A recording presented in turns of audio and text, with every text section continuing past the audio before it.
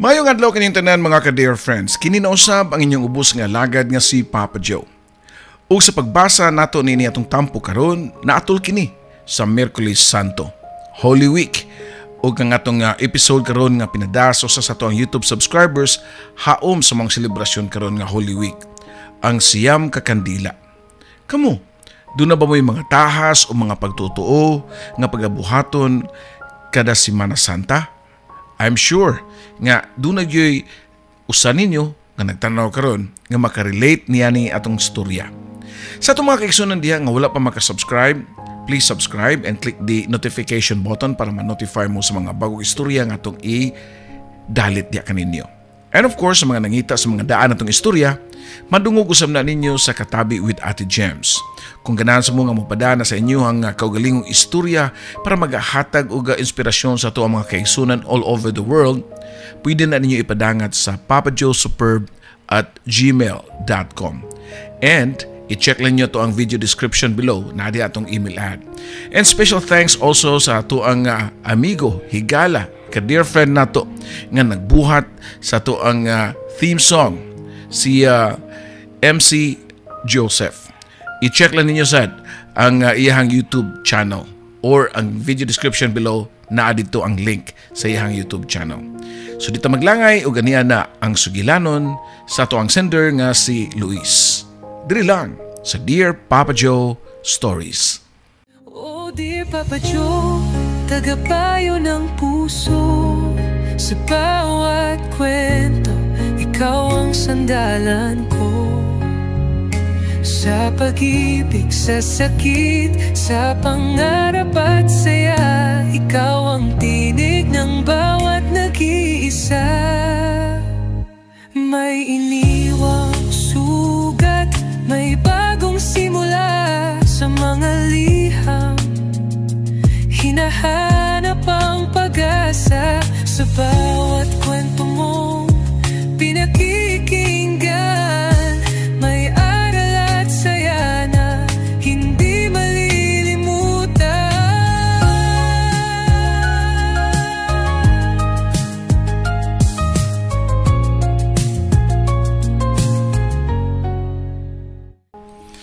Dear Papa Joe, ako di ay si Luis.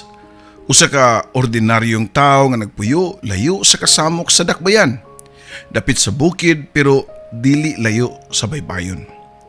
Ang gusto lang nako nga makalingkawas ko sa kasakit, sa kabalaka, ug sa mga butang nga murag wa nay pulos sa akong kinabuhi. Niadtong Semana Santa nihawa ko sa syudad. Nangalagad ang lawas apan ang espiritu nangita ug kahayag nga di makit-an sa kasaba sa karsada. Na ako nadunggan nga lugar nga hilom, usa ka simbahan nga nag-inusara sa tumoy nga kasilinganan. Dito ko migikan, dito pod nagsugod ang akong panaw. Pag-abot na ako sa unang bahin o sa unang simbahan, buntag sayo pa. Ang adlaw wa pa musidlak ug maayo. Pero ang hangin bugnaw na kayo. Murag ang kalibutan mismo, miluwat og kalinaw. Walay misa, walay tao, apan abli ang pultahan. Misud ko diya sa altar nay usa ka kandila ang akong nakit-an nga nagsiga. Asa man ko ani padung, matud ko pa sa akong kaugalingon. Naglingkod ko sa likod, kalit lang ko nga nakadungog og tingog gikan sa atubangan. Wala pa kakasugod, pero nagduda na ka? Paglingin ako dito ko nakita sa usa ka batan-ong lalaki nga nagbitbit og mop, nang limpyo ra siya. Dili siya pari, pero maayog barog. Bisan og bata pa siya tan-awon apan naay kalawom ug kabugat ang iyahang panagway. Murag nakasuway na og dakong kasinatian, kasakit nga di angay sa iyahang pangidaron, Papa Joe. Taga dili ra ka nga simbahan dong, pangutana pa nako. Sa hinay nga tingog, "Oh, ako si Chito. Sakristan ko diri sa una, pero dili na karon. Ako ang ilang tiglimpyo dinhi." Wa na siya misulti pa. Nagpadayon siya og mop sa sahog, pero murag iya rang gipaminaw ang akong pagginhawa. Hangtod nga ningon siya nako nga, kung mangita kag tubag, ayaw lang tanawa ang altar. Paminawa sab ang mga mulingkod sa bangko, bisan way tao. Kay usahay, ang mga wala na, mo may kusog kayo nga muhilak. Wa ko kasabot, pero murag naigo ko sa iyahang gisulti. Ug diha pa nako nabantayan nga ang bangko nga akong gilingkuran bugnaw daw basa, Papa Joe. Pagtindog nako, nang limpyo na sab siya. Samtang siya nagsigi og map, anampod siya og lingi nako nga murag nakabalo nga ana ako'y gipas-an nga problema. Human ako pasiga sa kong unang kandila, mulakaw na unta ko pero nisunod nako ang batanong lalaki nga si Chito. Mukuyog ko nimo, matod pa niya nako. Dayong butang siyang gidala nga map sa daplin.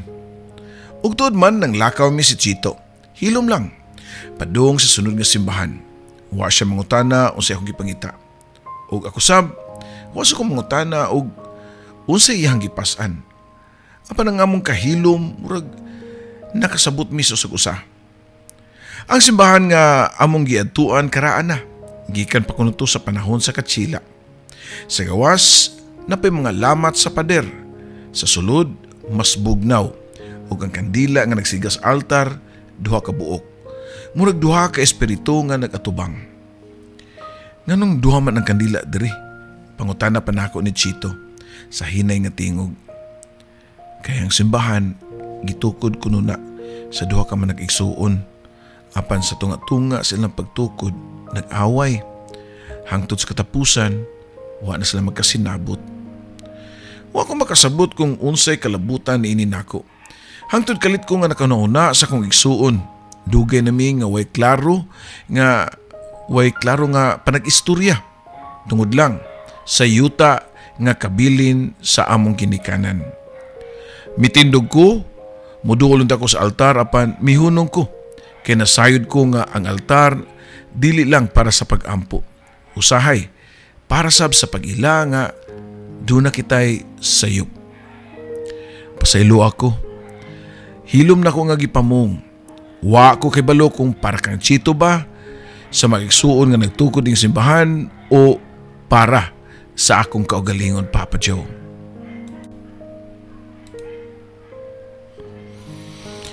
Paglakaw namo sa simbahan, ang duha ka kandila usa na lang ang nagsiga. Layo-layo na sab ang lakaw namo padung sa ikatulong simbahan. Ang dalan nga lapukon, ang langit medyo itom na. Bisan buntag pa og daw adunay padung nga ulan, hilom ra gihapon si Chito.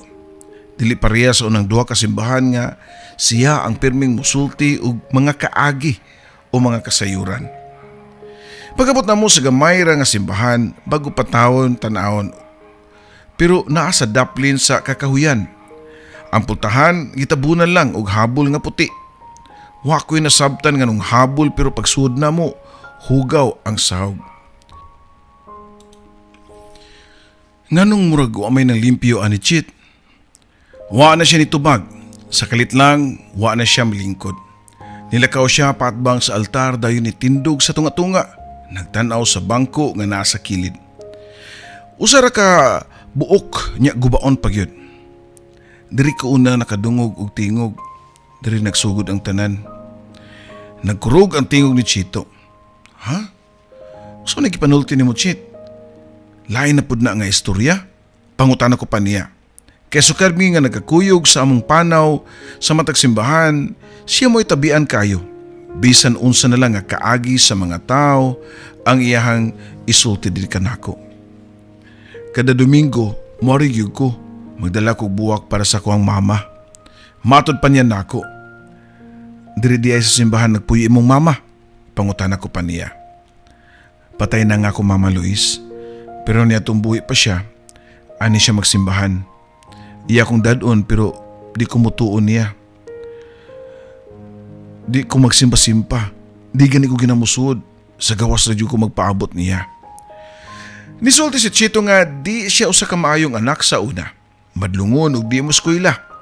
Pasimbawon siya siyang mama pero di siya musud ug adto ra siya sa gawas. Mao nga kada Domingo mulakaw siya para makalikay og kuyog sa iyahang mama sa pagsimba, pero pangitaon gyud siya sa iyahang mama. Kung di ka ginahan musud Chito, sige dinhin lang ka sa gawas. Pabuta ko. Matod pa sa iyang mama. Usa ka misa sa adlaw nga Domingo nagpaabot si Chito sa gawas, pero nahuman na lang ang misa nang gawas na manimbahay, pero wa gyud ni gawas ang iyang inahan. Og sa kalit lang, diya siya nadunggan nga kasika sa sud nga naa kunoy gitabang nga tiguang.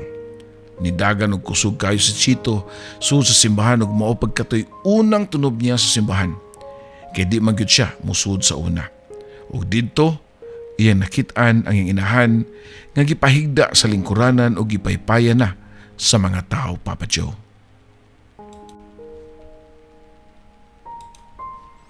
Nadala sa ospital ang iyang inahan pero ang problema wa na siya ikapalit sa mga tambal. Public hospital raman unta sa ilang lungsod pero naagyapoy bayad. Usa ka pari ang narecommend kang Chito sa laing kumbento para mo trabaho. Mga 10 anyos pa si Chito niadto og matud pa na kinahanglan og sakristan ang maong simbahan. Mao to ang istorya nganong nahimong sakristan ang batang irihis nga si Chito. Nagtrabaho si Chito sa simbahan sud sa pila ka adlaw. Kung dunay misa, mutabang siya sa pari.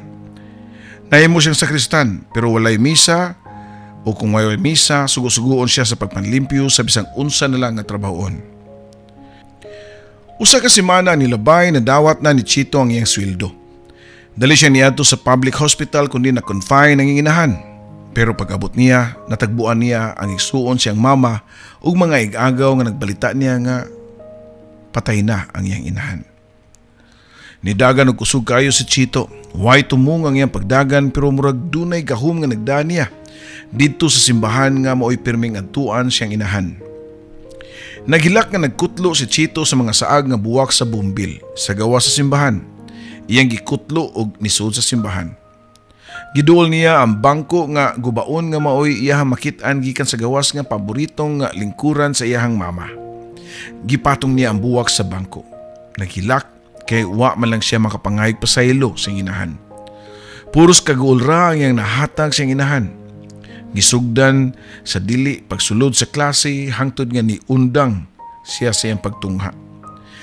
Hangtod na nga dili pa sad mosimba. Puros konsumisyon lang ang iyang gihatag sa iyang inahan. Ug karon wala na, di na madungog sa iyang inahan ang papangayo niya og pasaylo. Ang bangko guba na. Pero ang kasakit nga akong gibati murag bag-o pa. Sulti ni Chito nga daw mutu ang iyang mga luha. Sa likod sa altar murag nakoy nakita nga suok nga giandaman og kandila pero wa nagsiga. Wa pa ko muhimog lihok pero nisulti si Chito nga dili suga ang kandila.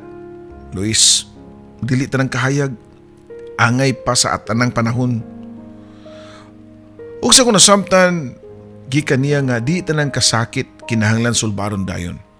Usahay, kinahanglan paminawon lang sa ug dawaton. So nando ka simbahan si Chito ang kasaligan, mura siya og bantay o sundao sa espiritu.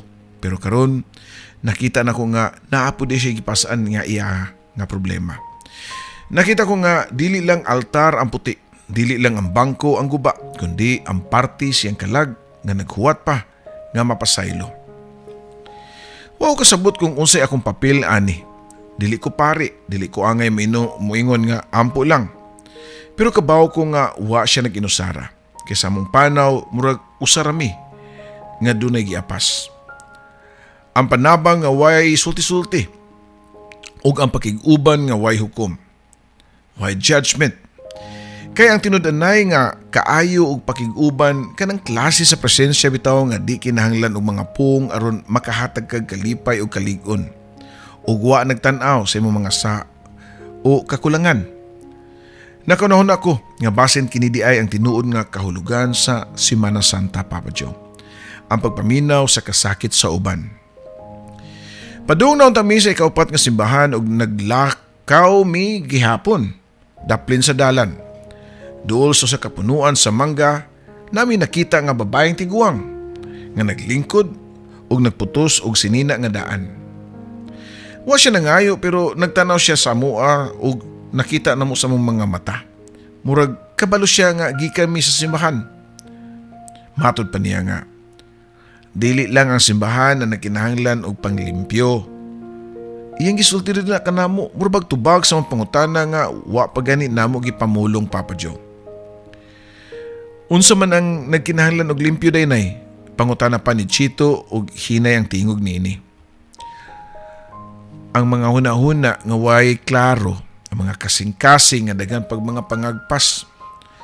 Wala siya mi-smile pero wasad siya wasad siya masuko. Basta hilom lang siya. Ug dayon itanaw siya ni Chito. Ikaw bata pa ka, pero nagbitbit ng kasakit nga murag gikan pa sa imong katigulangan. Nahilomin duha si Chito, Papa Joe. Og ikaw, iya kong giingnan. Ikaw ang klase sa tao nga daghan na unta gustong isulti pero nahadlo ka nga basin og di madungog. Wa mo kabantay. Usahay ang Ginoo dili moingon nga ayuha. Usahay moingon lang siya nga uban lang ko nimo. Ug usahay kamo ang tubag sa pag-ampo sa uban. Buti pasabot ni Papa Joe nga di tanang sakit o problema ayuhon dayon sa Ginoo. Usahay dili solusyon ang ihatag niya, kay naa siya'y mas lawom nga tuyo. Usahay, maingon lang siya nga uban lang ko nimo. Nga imbis pag-ayo, presensya ra yung gihatag diri ka nato. Di mawa ang problema pero di ka mag-inusara. Ang kalinaw o kusog moabot tungod kay kabalukang naa siya. O usahay, kamo ang tubag sa pag-ampo sa uban. Kita mismo gigamit sa Ginoo nga tubag sa laing tao. Ang imong pagkabuutan, pagpaminaw o presensya makapaamgo na para sa uban. Dili lang kay mag-ampo ta. Kita pud mismo mahimong tubag sa ilang gihambing. Paglakaw na mo, wa mi mag-istorya dayon ni Chito pero murag nasayod mi pareho nga ang among panaw dili lang para namo. Nagpadayon miglakaw ug human sa among panaghimamat sa tiguang. Apan kalit lang si Chito ni hunong sa daplin sa mangga nga halos wa na gani dahon. Nilingkod siya og nitutok sa yuta. Luis, iyang tawag nako dili na formal og di na po distansyado. Wa ko kabaw kung ngano ba pero murag kabalo lagi to siya sa tong kiagian no. Matod pa ni Chito, Papa Joe. Ang imong mama? Pangutana pa nako. Nitando siya. Sa tinuod lang, di pa ko andam mo tubang sa tanan. Pero kada simbahan, kada lakang, murag gipugos ko sa Ginoo sa Ginoo ba nga, tanahon nako akong kaugalingon gani. Kanabang dili para basulon, kundi para pasabtun ba. Ako sab nilingkod ko sa tupad ni Chito, gikuptan nako ang iyang mga kamot ug ningon nga ang akong igsuon wa na gyud mi magkaistorya tungod lang sa yuta, tungod sa pride. Unya, kada gabi gipugos na ako kung kagalingon nga mutuo nga okay ra ko. Nga ako ang insakto, pero ang tinuod dili ko okay. Katong gisulti sa tiguang, dugang pa ni Chito. Murag dili to para sa simbahan lang. Murag para gyud to sa tuan duha. Bugnaw ang hangin nga nagpadung na mo. Unya, padung na musawap ang adlaw. Si Chito wala pa mulihok. Nagduko lang. Murag nagtanaw siya mga tiil. Kabalo ka, Luis. Ang akong mama, kadali ra kay siya ni biya nako. Gikan sa pagkabata nako, siya ra akong giila nga tinuod nga pamilya. Akong papa, wala nako nakaila. Ang akong mama, ligon kayo pagtuo sa Ginoo. Apan, sa tunga-tunga, sa kalit nga kasakit o kamatayon, wa ko'y nahimo. Wa gani ko ka bisita niya sa ospital. Wa gani ko kasulti og I love you niya. Gigakos ni Chito ang iyang mga tuhod. Nasuko ko kay wala man gud siya magsaba sa sakit. Nasuko ko kay wa siya nangaytabang. Nasuko ko nganong siya pa man ng unang gikuha nga pirmi man ta siya musimba. Niganhawa kog lawom kay di ko eksperto. Ako pud gani do nagihambing nga problema. Unya ni padayon na miglakaw para sa among tahas niya tong adlaw. Pag-abot na mo si kaupat nga simbahan, hayag pa ang langit pero ang palibot puwerteng kahilom. Ang lugar, walay daghang tao. Pipilara ka mga debuto nga nagrosaryo sa luyo sa simbahan ug nakita namo ang tiguang nga lalaki nga naglingkod. Si Tito mao'y unang nakabantay. Kadaghan o kita na niya. Sa unang duha ka simbahan, Luis, naapod na siya. Sa luyura, hilom. Ambot lang ha, basin pareha po na siya nato. Pagduol na mo, wa mulingi ang tiguang pero nitingog ni. Ningon nga, habi na ako di mo mutapad. Ningisi si Chito, ug ningon nga naman daylo. Kasagaran kung kita og tiguang nga hilom, mulikay man ang mga tao.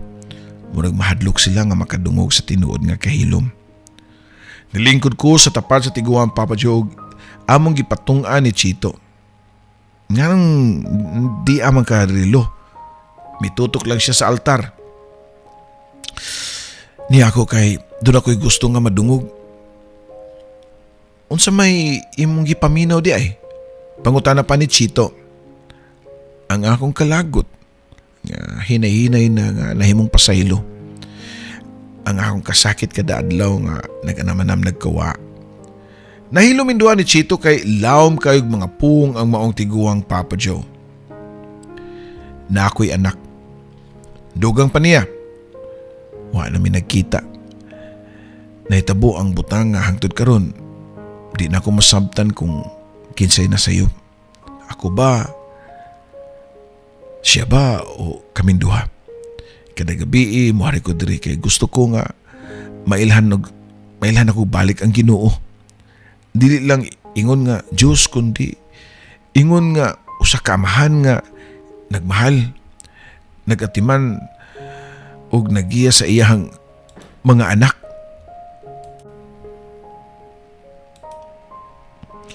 Ang ikalima nga simbahan samtang naglakaw mi og padung mi musud si Chito, nakita namo sa gawas sa may kilid nga bahin nga nay grupo sa mga trabahante nga panadero, tindera, construction worker ug mga tanod. Ang uban nagkape, ang uban nagtutok radyo sa yuta. Usa nila ang babae nga naninda og isda ang nitingog.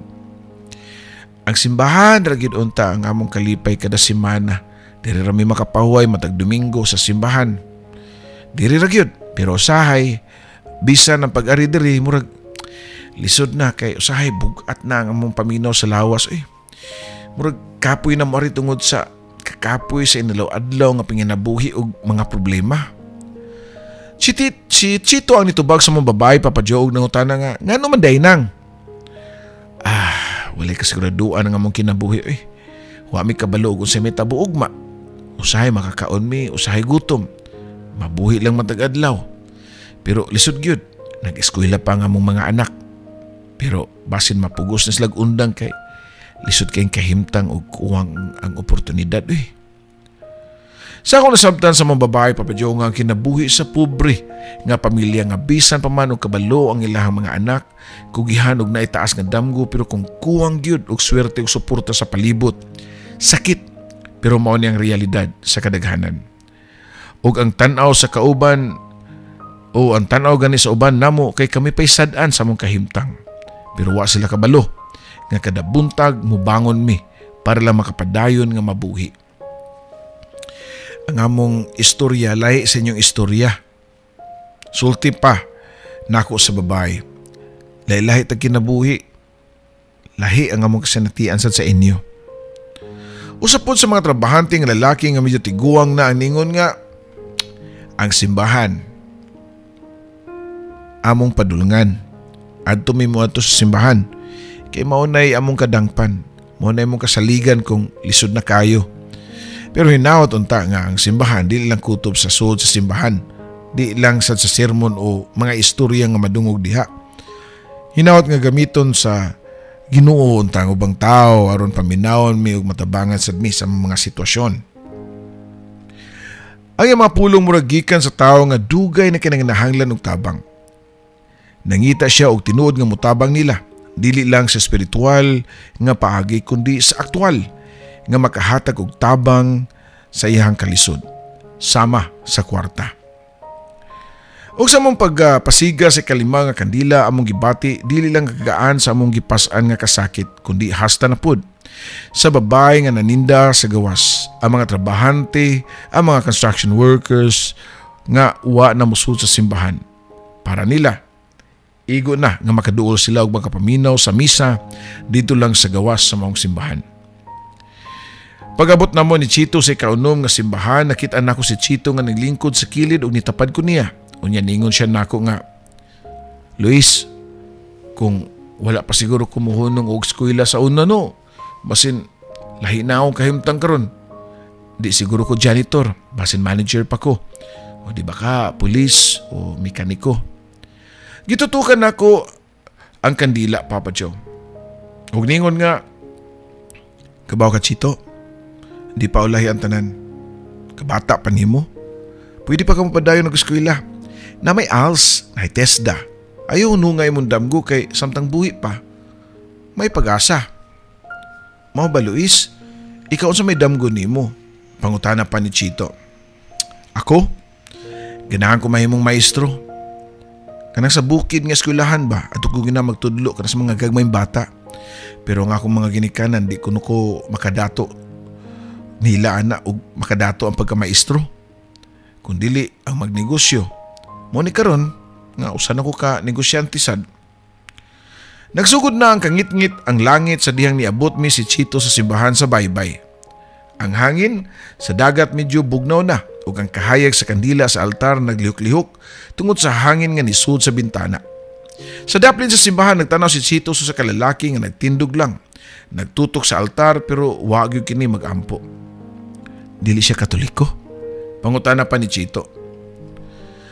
Ang lalaki nakadungog ni Simang tan-aw diri kanamo ug ningon nga, "Dili ko Katoliko, bay, pero di ko kontra ninyo." "Unya, unsa may nagdala nimo diri sa simbahan, sir?" Pangutana ko pa niya. "Ang akong asawa, Katoliko siya. Namatay siya niadtong niaging tuig. Niadtong buhi pa siya kada Holy Week, magdagyo siya kandila sa siyam ka simbahan. Karon nga wa na siya, ako na lang nagpadayon ini. Bisan pa man og lahi kong tinuhuan. Apan kung lahi imong pagtuo, nganong musud pa man ka gihapon diri?" Sumpay pa ni Chito. Kay di man kinahanglan og parehas nga altar para makasabutas ka sakit. Bisan unsa pa atong relihiyon, parehas ra nga ato ang pagkawala. Parehas ra nga ato ang paglaom nga matagabi adunay kahayag nga mobalik. Tubag pa sa mga lalaki, Papa Joe. Pasabot nimo, gibuhat nimo kini dili lang para sa imong asawa kundi para sa imong kaugalingon. Pangutana pa nako sa mga lalaki. "Oh, kay bisan pa sa imong pagtuo kung mamatay ang imong gihigugma, tanang relihiyon hilom raman. Tanang altar naghulat ra sa nga imong isalig ang imong kasakit didto." O sa diyang nisiga na ang ilang ikapito nga kandila, nagsigasab ang ilang pag-ilanga, ang pagtuo dili sukdon sa pamaagis sa pag-ampo, kundi sa kahugot sa pagtuo. Sa ikawalong simbahan, pag-abot namo ni Chito, nakakita mi usa ka pamilya nga naglaray gyud og lingkod sa lingkuranan. Amahan, inahan og duha ka anak lalaki, usa ka bata pa og ang usa kay teenager pa. Wala na may intensyon nga manhi pero niyari mi kay basin napay milagro. Si Chito nagtan-aw hangtod na ang amahanan ni sulti nga nawada na mi og balay, trabaho ug respeto. Ang among kami niyon halos bungkag na. Ang among anak nga kamagwangan di na mo tagad namo. Ug kami nagtry lang nga magpabiling pamilya bisan og murag wala nay pamilya. Mao ba? Unya, ngano di ay mo anhigyapon mo sa simbahan, sir? Pangutana pa ni Chito. Kay bisan pa sa kasamok, gusto gyapon namo nga itudlo sa mga anak nga napay Dios bisan og wala nay kwarta. Napay paglaom bisan og wala na ang suporta. Ug napatay pangandoy bisan ang tanan murag nihunong na. Ang matanong nga anak, nikalit lang og tingog nga ningon ni anak ko sa una nga nung magampo man ta nga di man day madungog. Pero pagkakita na ko ni Papa ug Mama nga wa nay ikahatag pero naglingkod gyapon din nakasabot ko nga ang Ginoo dili lang mutubag, usahay maghulat lang yun siya nga hangtod kano sa taandam nga maminaw niya. Pagsiga sa ikawalong kandila, klaro na kayong kahulugan. Usahay ang milagro, dili lang ang pagbawi sa nawa, kundi ang pagkugi nga ipadayon ang pagpuyo, bisan pa wala na ang tanang hinungdan. Sa katapusan, o ikasiyam nga simbahan, wa ni daghang tao. Ang kagabion, nitabo na sa lungsod. Ug ang hangin, bugnaw. Naglakaw mi nga hilom ni Chito. Pero dili na bugat ang among pamati. Murag kahayag nga hinay nga misubang sud sa dugay ng kangitngit. Ang tanang simbahan nga among giagian, ang tanang tao nga ilang nahimamat, murag nanghilom og kalit. Kay ang katapusang kandila para nagyuday sa among kaugalingon. Chito, nakabantay ka? Murag gituyo sa Ginoo no? Gituyo nga matag simbahan, matag tao nga ato nakitaan, sila ang nagpahimagno nato. Dili para sa milagro nga langitngon, kundi para makamatngon ta nga buhi pa man dayta. Niyango si Chito, timaan nga nakasabot siya sa mga signs nga gipakita namo sa kada simbahan nga among giadtuan. Sugod sa unang simbahan hangtod sa ikasiyam. Sa among pagbiya sa ikasiyam nga simbahan, Papa Joe, wa nami nagdala sa dakong milagro. Wa sa mi nagdala og tubag sa tanan namong mga pangutana. Pero ang mga naong sanag na. Klaro nga naay kalinaw o gaan na ang pamati. Papa Joe, hinaut pa unta nga kining akong sugilanon karon nga tumong sa Holy Week, makahatag og inspirasyon sa itong mga kaigsunan. Daghang kayong salamat sa imong pagbasa o kini ang imong magtatampo, Luis.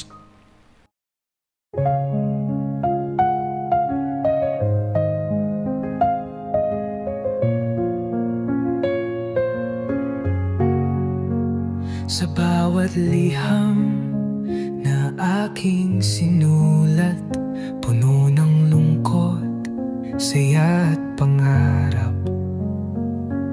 Sa radyo mong tahanan ng kwento, Papa Joe, ikaw ang aming kakampi sa mundo. May luhang pumapatak, may ngiting bumabalik sa tinig mong kay lambing. Kami iyong pinapahid.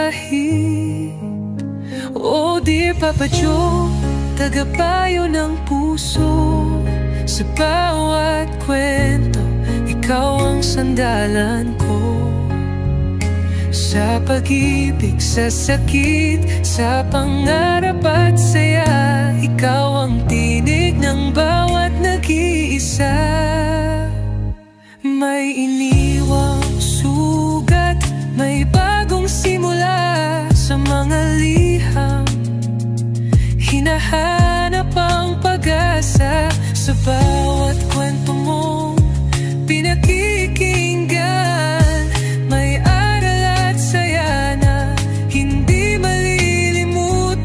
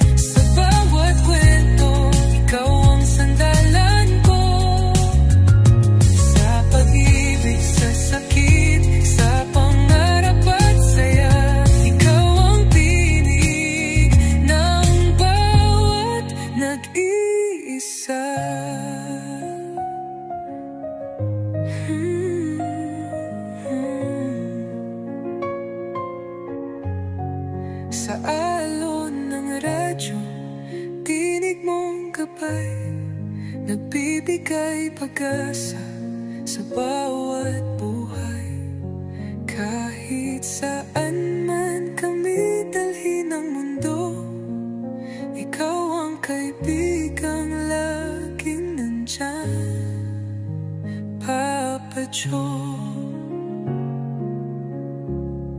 Oh dear Papa Joe, aming kaibigan, salamat sa kwento mong walang